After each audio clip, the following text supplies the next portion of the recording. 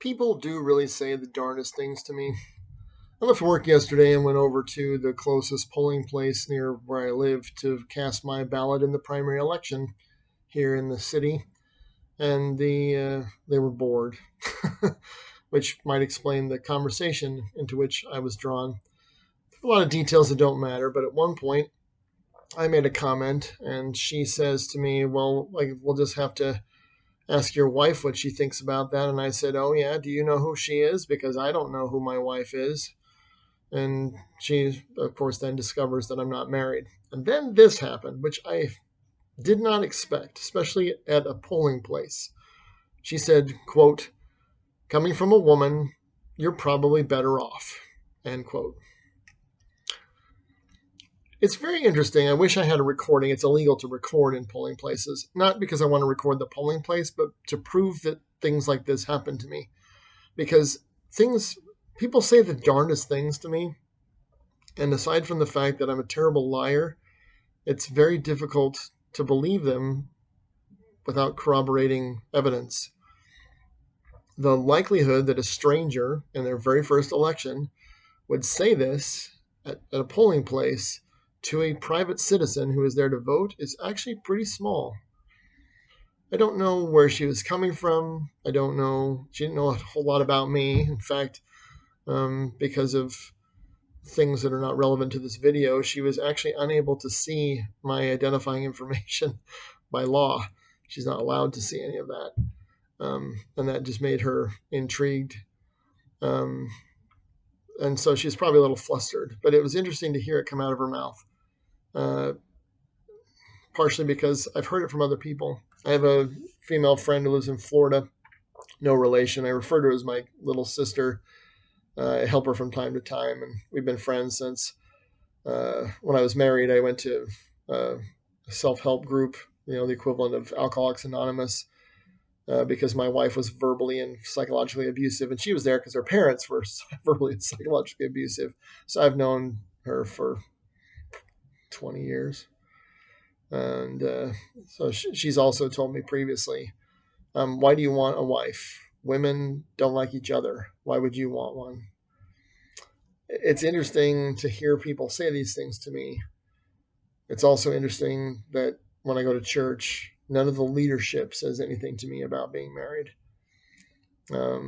It's usually people who like me, usually older people and usually only people who know somebody they would set me up with, who say anything about it at all, and then try to set me up with someone, which has also been incredibly unsuccessful.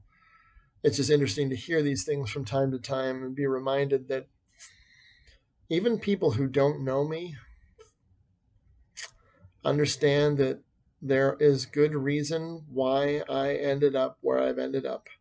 Now, obviously, the more you know about my story, the things women I've tried to date or that have dated have said to me, it's more easily discernible how I arrived here with the attitude that I have, with the deference, the distance, and the defensiveness with which I approach people, between all the people who have just made promises they haven't intended to keep, to those who have outright intentionally tried to con me. I seem to attract the very dregs of society, both male and female, but I talk mostly about the females because of the repercussions that does to my ego, my psyche, and my desire to draw closer to people. So I'm attached to a car and a dog. Although, since I haven't said it here, I'll tell you now. Last Wednesday, my Saturn was stolen from the parking lot here at work. Crazy. Probably by a random stranger. And I asked a friend of mine who believes in the power of attraction and manifestation. I said, "So what did I do to attract that?" She does not have an answer.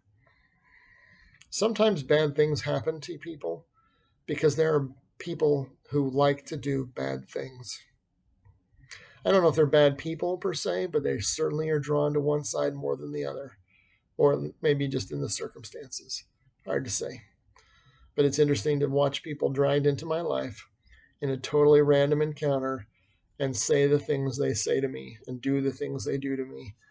and then go off and tell people they are virtuous, upstanding members of society. Just, you can't make this stuff up.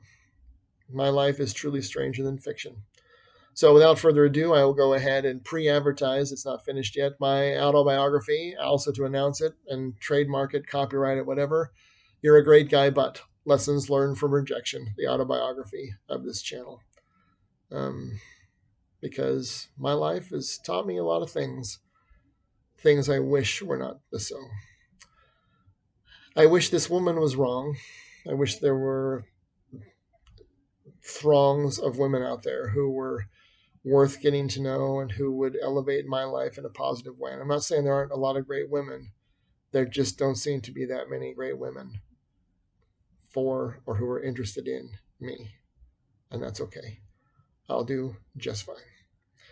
Godspeed, make good decisions, and watch your back, because you may be the only one who is.